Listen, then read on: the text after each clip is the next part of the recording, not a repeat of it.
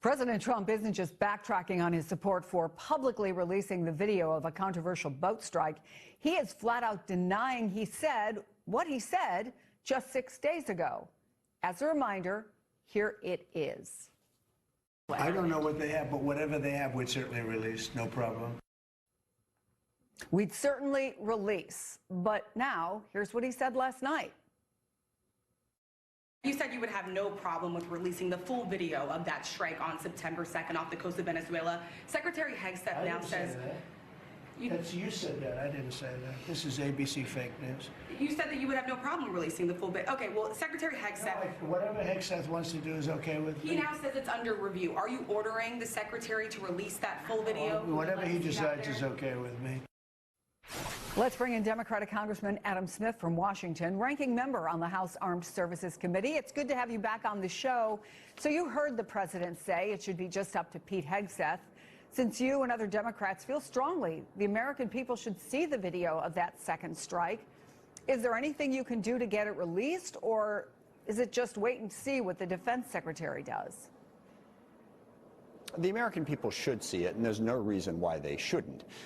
They've released, gosh, I don't know, 15, 20 videos now of boat strikes. It's very easy to edit out any part that might jeopardize any sort of classified information or sources and methods.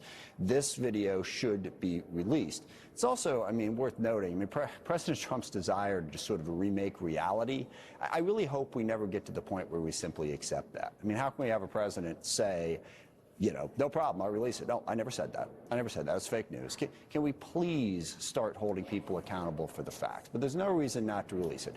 Yes, right at the moment, that is in the power of the President and the Secretary of Defense. And what we can do is we can put public pressure on them. By not releasing it, they are making it clear that they can't defend what's on that tape. I think we have to keep that public pressure up. I would hope that at some point Congress would be willing to subpoena it to basically force them to release it. But that's going to be difficult with the Republicans in the majority in the House and the Senate. But we are going to keep pressing this very, very important issue. So do you think it actually is up to Pete Hegseth, or do you think ultimately that decision is only that of President Trump? Well, it's up to the president, first and foremost. He can certainly designate it. He can certainly say, yeah, I leave it up to you. But he is, well, the president. He's in charge. He could make the call on that. He could certainly order it be released, just like he could order the Epstein files to actually be released. He's choosing not to and allowing Secretary Hegseth to make that decision. And as I said, I think Secretary Hegseth is reluctant to release it because if the public actually saw the video as I did, they would find what a lot of Republicans, the President and Secretary Hegseth, have been saying as just patently ridiculous. So I have to ask you, because of describing what's in that video.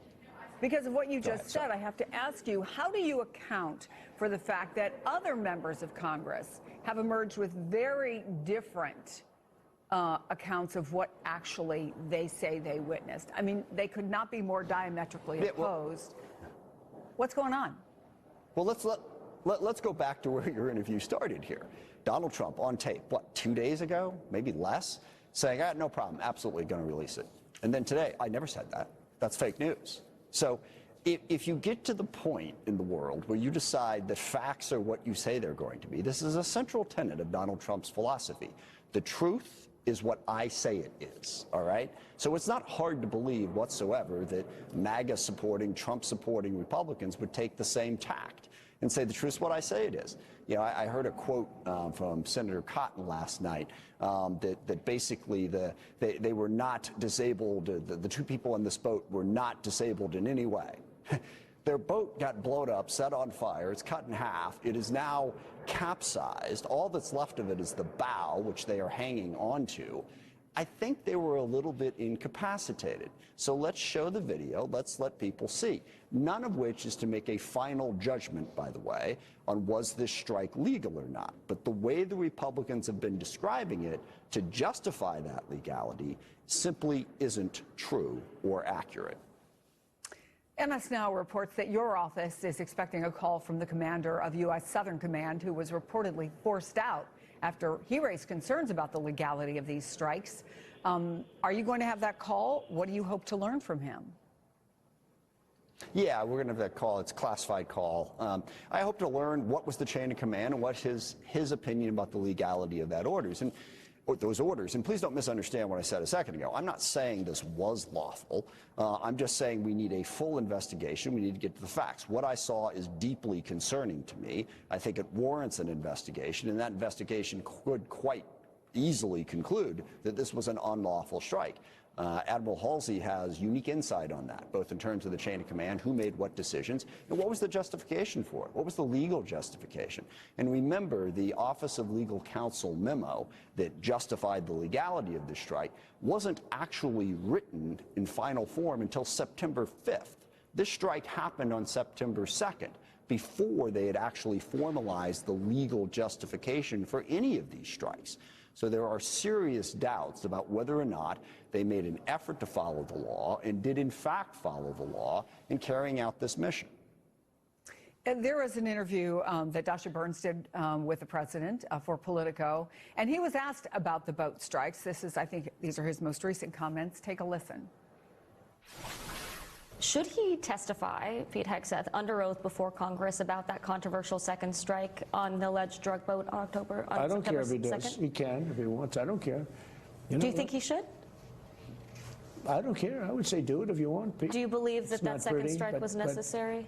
Well, it looked like they were trying to turn back over the boat, but I don't get involved in that. That's up to them. Every time we knock out a boat, we save 25,000 American lives. So would you consider doing something similar with Mexico and Colombia that are even more responsible for fentanyl trafficking into the U.S.? Sure. So the president repeated his claim that every one of those strikes is saving not just American lives, but very specifically 25,000 lives. And you also heard him talking about the potential of doing something with Mexico and Colombia. I just wonder what your reaction is. First, do you have any evidence that you've seen to back up 25,000 lives? And what about the possibility of expanding?